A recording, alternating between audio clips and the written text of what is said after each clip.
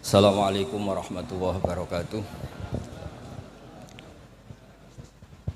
Bismillahirrahmanirrahim. Nahmaduka ya ghafur ya syakur. Allahumma shalli wa sallim barik ala sayyidina Maulana Muhammadin wa ala alihi wa sahbihi ajmain. Nama ba'du.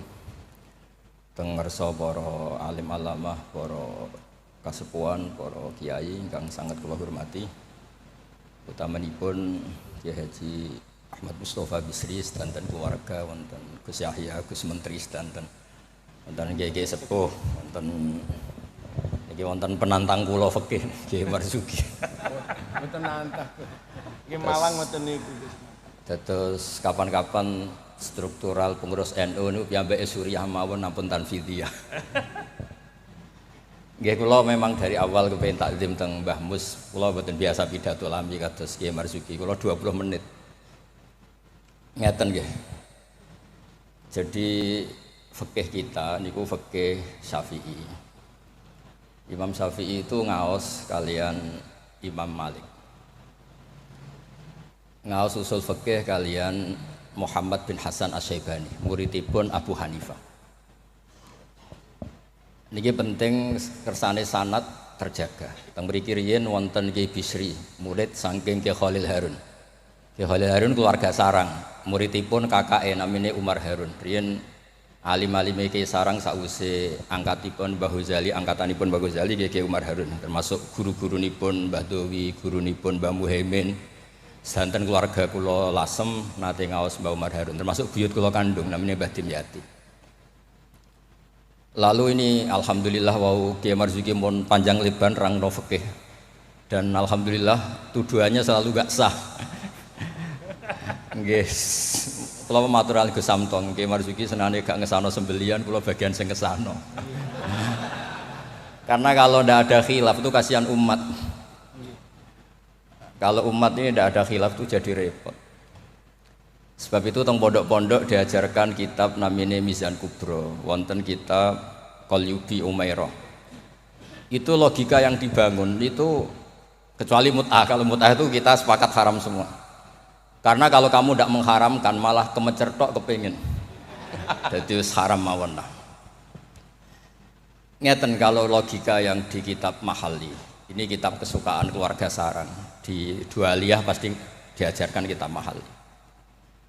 Misalnya dzabihah atau masalah salam, masalah sujud, itu mesti ada kaul awal, kaul sani, kaul salis.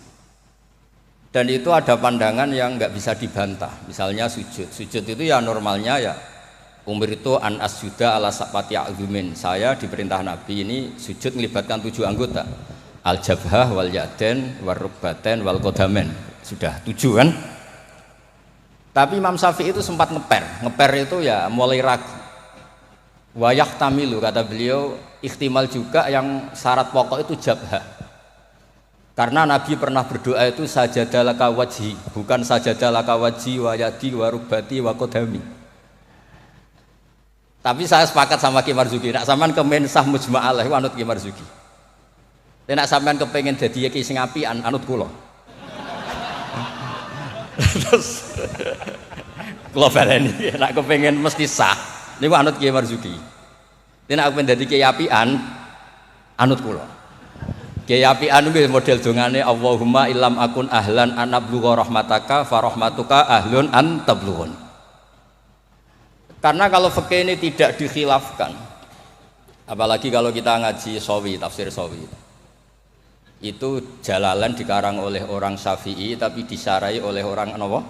Al-Maliki. Itu sudut pandangnya luas sekali. Oke, saya ulang lagi, sudut pandangnya luas sekali. Dan kita misalnya semua di sini termasuk Mbah Mus, sanadnya itu sama. Karena indukan di sini itu akhirnya kita ngambil Mbah Hasyim.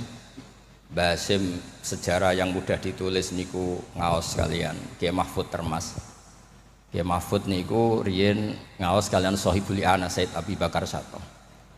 Wau Kiai Fakih Miftah niku keluarga saking Mbah Mas Kumambang niku riyen nggih radi rivale Kiai Hasyim. Terus Kiai Fakih niku penentang Mbah Hasyim dalam bab kentongan. Terus sing Mbah Hasyim nate berpikir harame kentongan, sing Mbah Fakih bilang kentongan itu apa? halal. Padahal itu rois am kalian wakil satu. Akhirnya lucu. Cerita yang beredar sing terkenal riyen keluarga mriki nggih ngaos teng Mbah Dimyati Termas, adik ibu Kiai Mahfud. Niku cerita yang terkenal itu Kiai Hasyim mau rawuh ke Termas, semua kentongan disembunyikan termasuk beduk. Mbah Hasyim sempat GR, wah bagus-bagus anut madzhabku. Setelah jagongan sama Kiai Dimyati, adiknya Kiai Mahfud, santri yang lugu itu matur, "Mbah, kentong beduk sudah disimpan, aman." Ternyata bodon-bodonan tok untuk menghormati napa? Mbah Hasyim. Lalu karena logika yang dibangun itu orang seneng Mbah Fakih Mas Kumambang. Niku senajan to NU lah gitu tetep ngaku kentong. Kiai Fakih itu mboten trimo nak kentong itu disamakan dengan nakusun nasoro, kentongnya tiang Nasrani. Karena fungsinya niku tiang kebakaran nggih kentongan, tiang banjir nggih napa? Kentongan. Jadi tidak identik untuk manggil orang ke napa? Biak atau ke kanisahnya orang Nasrani. Jadi kunane kuno, khilaf itu harus kita jaga. Ya saya ulang lagi, khilaf ini harus kita jaga. Ikhtilaful a'immah napa? Rahmah. Tapi tadi basisnya harus ngaji. Dulu itu ya orang sholat jenazah itu ya normal. Jenazahnya di depan, yang nyolati ya di timurnya berarti kalau di Indonesia.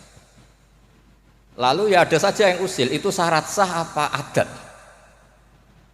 Ya ada ulama yang mungkin ya kados Mbah Marzuki, syarat sah. Terus ditakoki, "Lah nek salat gaib piye? Mayite ning Surabaya salat gaib wong Rembang." Akhirnya mulai ngeper. Yang syarat di depan tuh imam bukan jenazah. Wah, akhirnya ya wong akeh. Wong akeh nggih tiyang kathah terus. Ya nek jenazah ana ning ngarep, nek jenazah ana ning gurilah.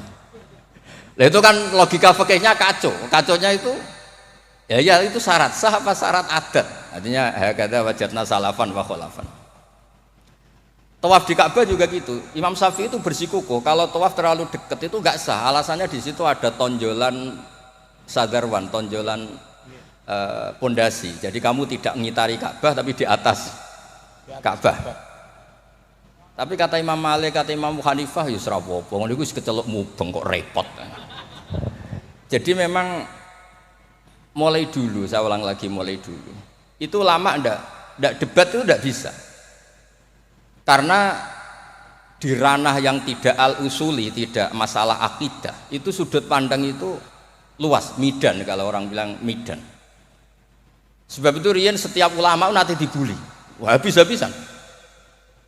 Abu Hanifah nanti liwat tenggene daerah wisata. Kathah penyanyi-penyanyi wedok nyanyekno tiang-tiang suga-suga wong lanang-lanang.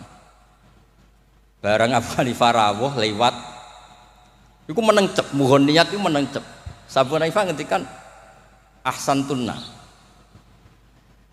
Terus imam yang rival beliau, Ibnu Abi Layla itu rival beliau. Suatu saat ada masalah di pengadilan, Abu Hanifah jadi saksi. Kamu tidak sah jadi saksi. Karena ketika melihat penyanyi-penyanyi kamu bilang ahsantunna, kamu bagus. Kalian semua bagus.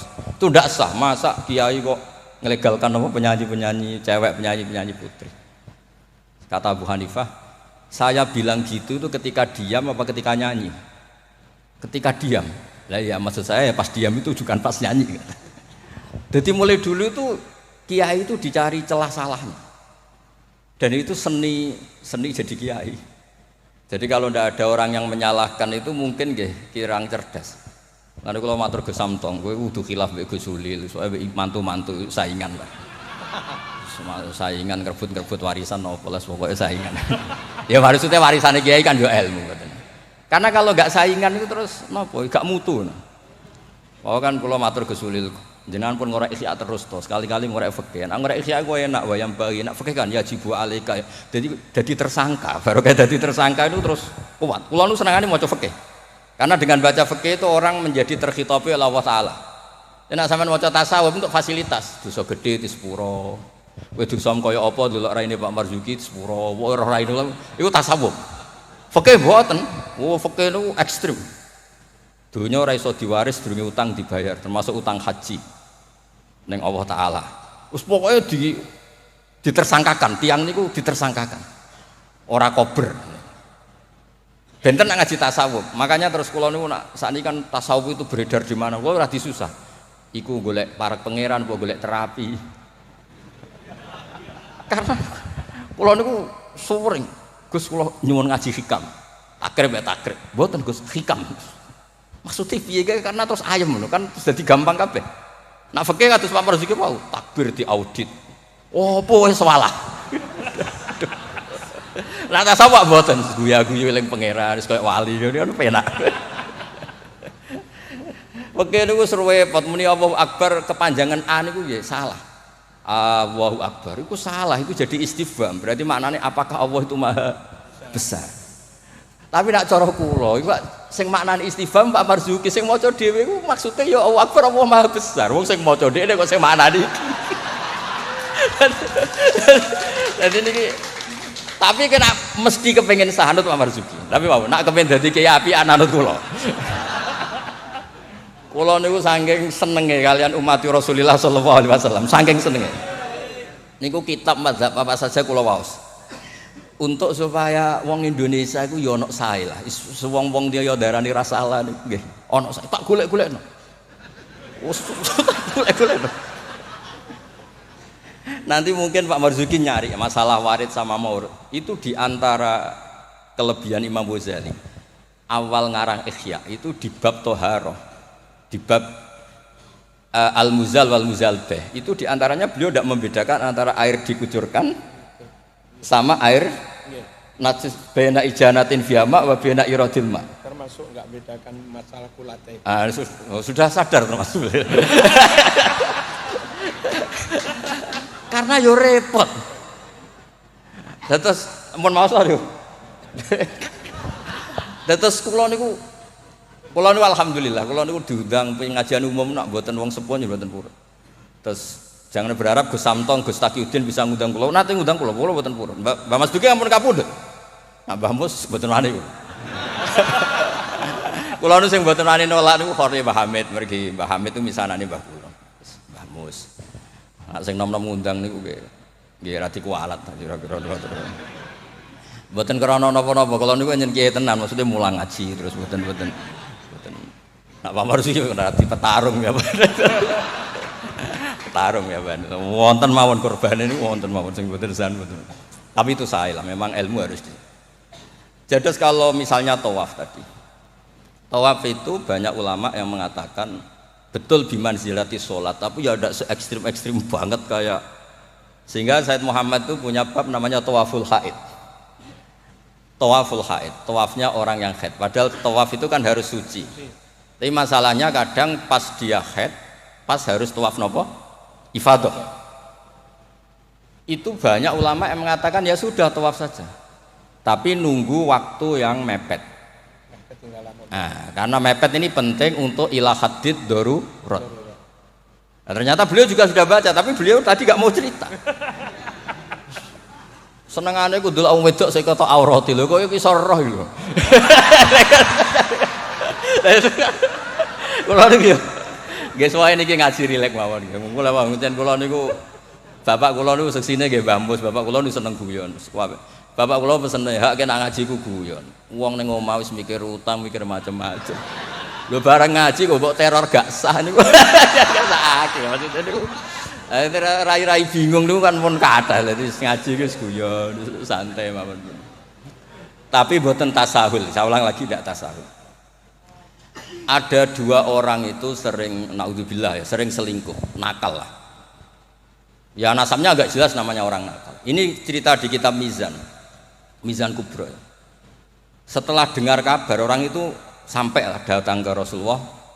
Ya Rasulullah kita berdua ini sudah nikah. Itu Nabi jawabnya itu qad kharaja min sifahin ila nikahin. Ini sudah keluar dari status perzinaan menuju napa? Nikah. Dan Nabi tidak bahas masa lalunya. Sehingga dalam tradisi Jawa itu di fikih wali itu anut Syafi'i, tapi orang ngungkit itu anut Hanafi. Maksudnya begini, produk putri yang tidak dari nikah sah itu kan tidak bisa intisab ke bapaknya. Jadi di bab ini anut Syafi'i, si bapak ilegal ini tidak sah jadi apa? Wali. Tapi mengapresiasi nikah bagaimanapun itu cara keluar dari sifat, keluar dari status perzinahan. Satu-satunya cara misalnya gini, hari Ahad itu masih selingkuh, sekali malam Senin itu nikah, berarti status baiknya adalah qad kharaja min sifahin ila nikah. Jadi ilmu itu banyak dan sudut pandang itu banyak, karena ya tadi fikih itu masalah furu'iyah. Ada ulama yang agak kritis, tapi ya gimana gitu. Misalnya begini, pelanggaran tertentu itu sanksinya itqu raqabah, memerdekakan budak. Kalau tidak bisa lagi begini, terakhir puasa 2 bulan. Nah ulama ini ngerti si pelanggar ini raja kaya raya, tujuan sanksi itu kan memperberat. Kalau disuruh merdekakan budak gampang sekali karena dia orang kaya, maka sanksinya langsung disuruh puasa 2 bulan. Alasannya yang namanya sanksi itu yang kira-kira orangnya itu kapok. Ini kalau sekedar terkait uang, itqu raqabah itu gampang sekali. Apalagi kalau misalnya mun ngantem mriku mawon ben gak kulino ngaji mangan pun. Saulang lagi, misalnya di kafaratul qatli yang khata' atau kafaratul yamin. Fakafaratu tamu asyarati masakina sak terusnya atau apa sajalah. Kan biasanya kafarah itu sosial dulu. Saya ulang lagi, biasanya kafarah itu sosial dulu, merdekakan budak. Jadi budak itu kan tidak enak betul. Jadi budaknya kiai aja agak enak, apalagi budaknya orang nggak soleh itu tidak enak betul jadi budak. Sehingga semangat Islam semua kafarah itu bentuknya itu itqu raqabah. Tapi si raja ini kaya raya, kalau disuruh merdekakan budak atau ngasih makan 10 orang miskin, etam itu mudah sekali. Sanksinya puasa saja biar kapok, karena dia cara pandang tujuan sanksi itu bikin kapok. Agak masuk akal. Tapi banyak ulama yang cara pandang ini ada jumlah muqtaridah sedikit. Saya dulu sering sowan Mbah Mus, yang paling saya kenang itu nasihat ini. Nak jare badolah, wong loro, nak rawali yo sering nyetel radio. Pilih aja itu kalau instingnya tidak insting wali ya pengalaman, apa? Karena fatwa fikih itu butuh tajribah, butuh pengalaman. Begini, merdekakan budak itu bagus, menguntungkan yang dimerdekakan. Gak penting yang merdekakan ini mudah apa enggak. Semangat Islam itu menguntungkan orang lain ini tidak penting. Saya ulang lagi ya, kalau ulama yang pertama tadi, ba'duhum itu, kalau disuruh merdekakan budak atau ngasih makan orang miskin kan mudah sekali bagi orang kaya raya. Sanksi yang berat dia disuruh apa? Puasa. Masuk akal dari segi pelanggar ini. Dari segi pelanggar ini. Tapi dari segi sosial, menguntungkan mana? Merdekakan budak apa puasa? Budak. Merdekakan budak. Lah sekarang Islam tuh lebih berkeinginan merdekakan budak apa berkeinginan ngasih sanksi orang ini? Merdekakan budak. Falak tahamal aqobah wa ma adraka mal aqobah fakku raqobah. Akhirnya ini jadi ulama yang minimalis. Dibully cara sekarang.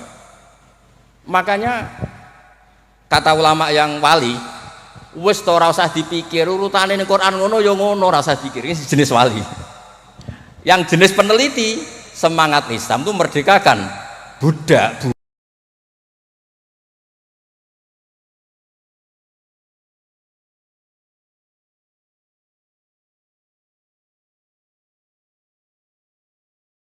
Ketika Pak Marzuki naik, langsung maju. Kalau nu sering delok beliau, tapi penyen petarung, angger fatwa ini ono korban. Tadi petarung. Ya bagus lah, memang fikih itu butuh munazih itu petarung.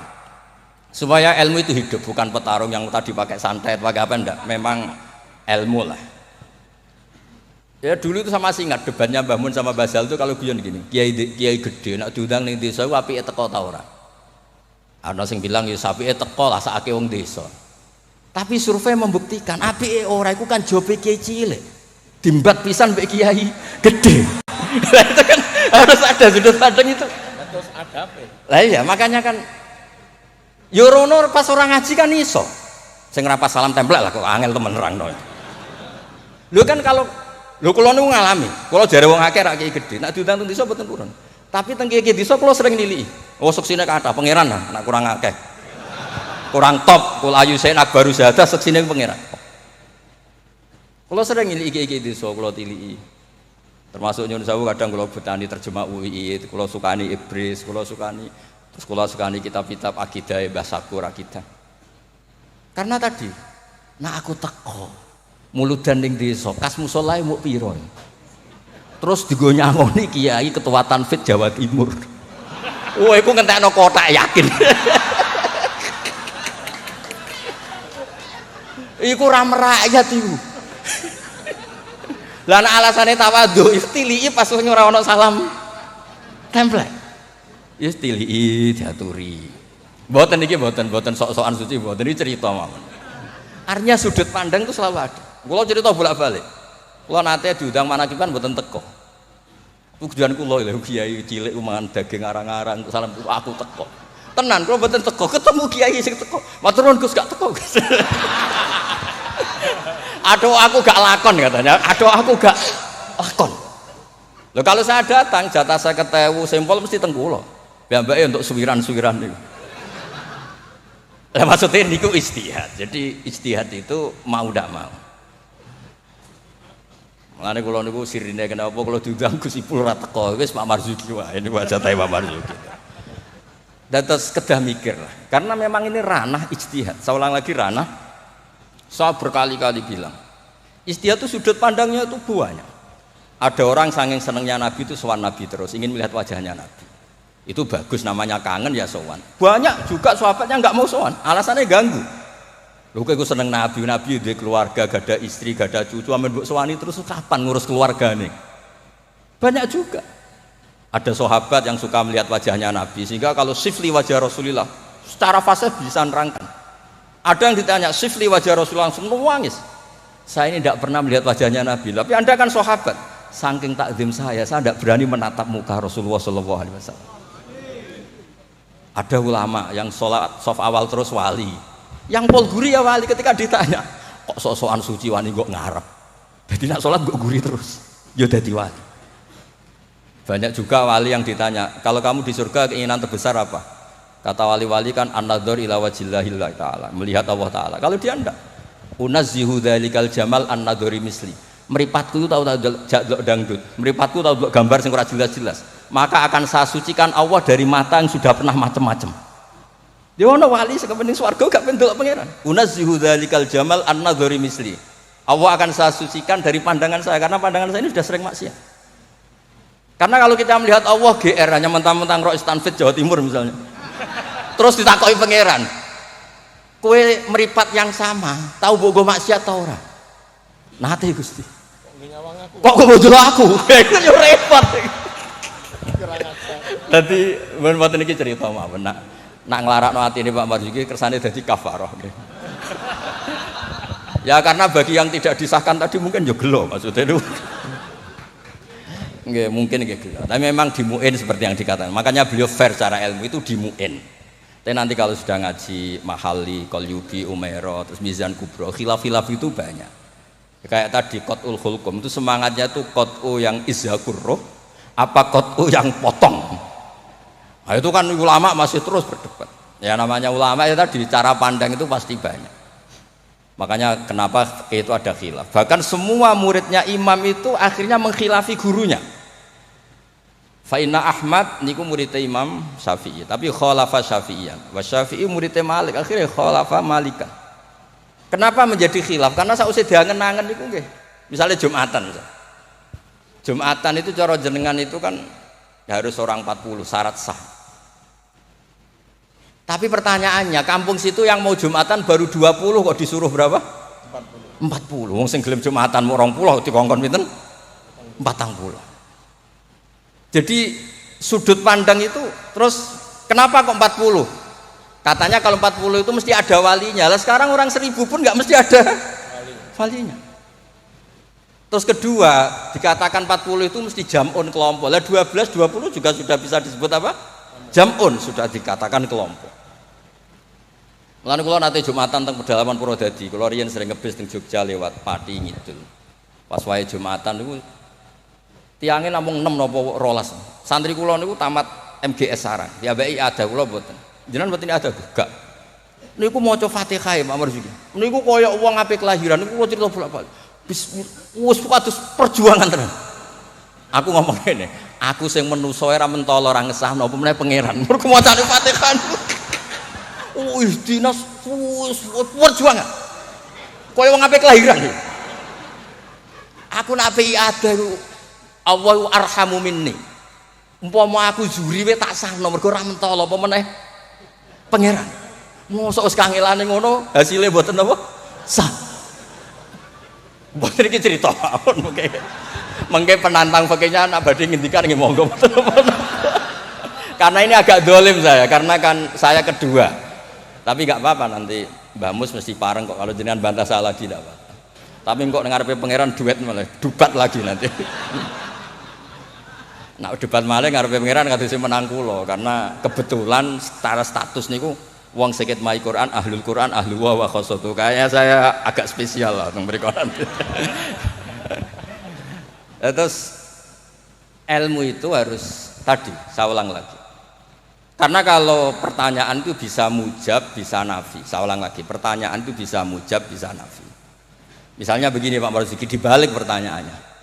Wong sing isane salat muk ngono, iku apike salat apa ora salat? Dibalik pertanyaan. Ndak ini MC-nya maaf ya, nanti setelah ini Pak Marzuki lagi terus saya ndak akan bantah lagi.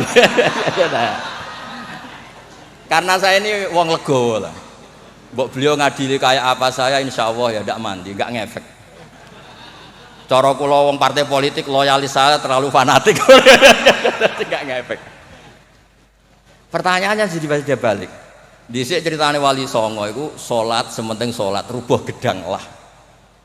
Ya saya ulang lagi, orang yang belum bisa salat sempurna itu apike salat apa mboten? Salat. Sekarang dibalik Pak Marzuki. Orang yang baca Fatihah ndak bener. Kita bisa mentakhrij, takhrij cari solusi. Anggap saja itu wiridan. Kalau Fatihah kan wajib pakai tajwid.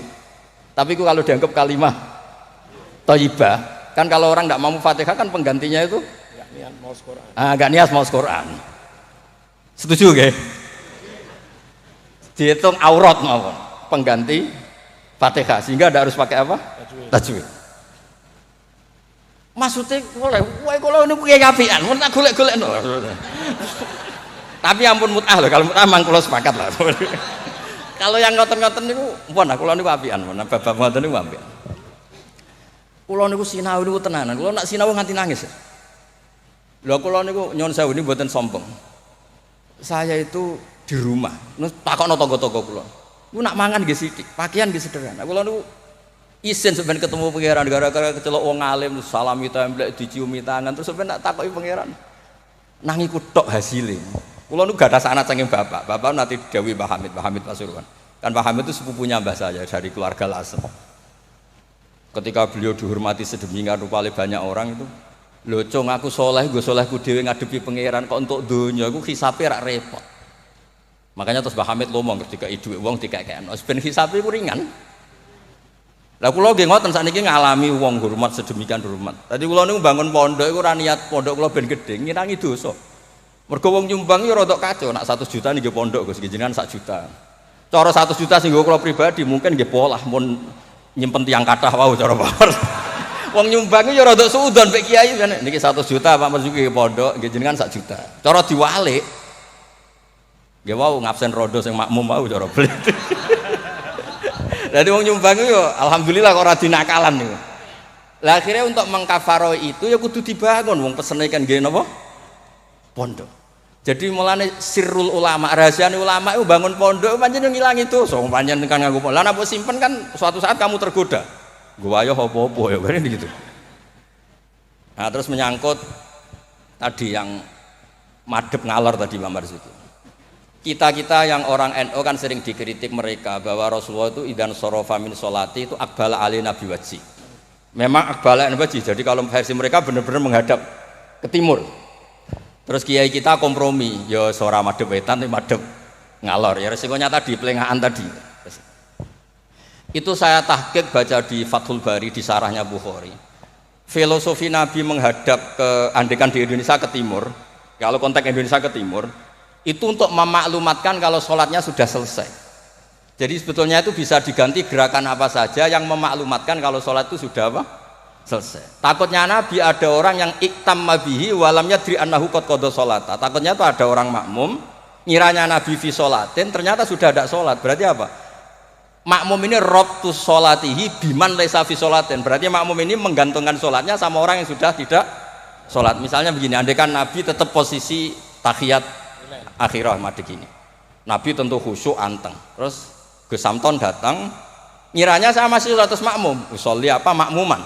Padahal hakikat saya sudah tidak sholat. Berarti apa? Menggantungkan sholatnya diikatkan sama orang yang sudah tidak. Nah, karena Nabi takut seperti itu, beliau menunjukkan gatu gerakan fisik yang menunjukkan kalau beliau sudah tidak sholat. Makanya sirinya kiai-kiai alim tuh kalau misalnya nggak merubah posisi karena sanad torekohnya gitu, bilang astagfirullah mesti kenceng. Bersalam astagfirullah. Karena ini untuk memaklumatkan ini sudah ada sholat. Ya clear nih. Maksudnya itu pentingnya ngaji tenanan, maca kitab tenan. Kulo nak diundang tiyang nak mboten pernah sepuh tak anggap haram tenan. Wis mboten haram tenan. Karena yang belum diundang pun kata lah sudah lah. Kalau yang sing sinau tenanan sudah bisa dihitung dengan jari. Jelas termasuk kula lah, mboten niat sombong termasuk kula. Nah, Gus Samtong ora percaya saingan mboten apa-apa. Mau kita cocokan wae kula, ora apa Gus, bisa wajir. Nak tengen kula tak kei kitab ya. Mboten ate kula tangkel iki mantune mbahmu semari dase gedhe, pokoke kok takon ngaji wis kula cucu-cucu Basim banyak ngaji saya mboten ate kula tangkleti macam-macam. Jadi penting supaya kenapa tradisi thariqah banyak orang-orang soleh yang tetap menghadap barat, tapi astagfirullahnya dikeraskan untuk maklumat kalau beliau sudah enggak sholat. Jadi enggak apa-apa sampai ndak akbal alin wasi enggak apa-apa, karena sudah kadung dipakai kubu sebelah adat itu. Biasanya orang kalau sudah dipakai, ya sama seperti nasibnya kunut. Jelas mazhab Hanafi itu enggak kunut, orang Syafi'i kunut. Tahu-tahu sekarang jadi politik identitas. Ini enggak berani enggak kunut, bisa dicoplok dari tanfidiyah kalau bilang. Meskipun ngajinya kunut itu sunat, tapi ngalah-ngalahi wajib itu politik identitas. Resiko betul. Makanya pernah Allah Ta'ala disifati aja gak terima pernah. Assalamualaikum warahmatullahi ta'ala wabarakatuh. Ada ta'ala. Padahal ta'ala maknanya moho luhur. Mubalek berikutnya karena tidak ormasnya tidak sama. Assalamualaikum warahmatullahi tanpa ta'ala wabarakatuh. Wong kok hasute ngono. Wong apa disifati ta'ala kok gak terima. Assalamualaikum warahmatullahi tanpa ta'ala wabarakatuh. Jadi kalau nuruti kelompok itu nggih ngoten niki pun napa nggih petarung yang baik pun napa pembanding yang baik nggih. Niki kula sudahi mungkin ambek badhe bantah nggih monggo dan saya tidak akan bantah lagi.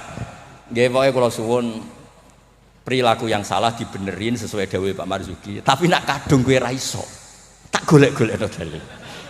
Wes aku nak ketemu Nabi itu yang sah. Nabi nak ngendikan wong dosa ngene elek. Tapi Nabi yo ngendikan syafaati li ahlil kabair min mati. Yo nyalahno tapi nek kadung salah yo disafaati. Ora kadung salah dibles. Assalamualaikum warahmatullahi wabarakatuh.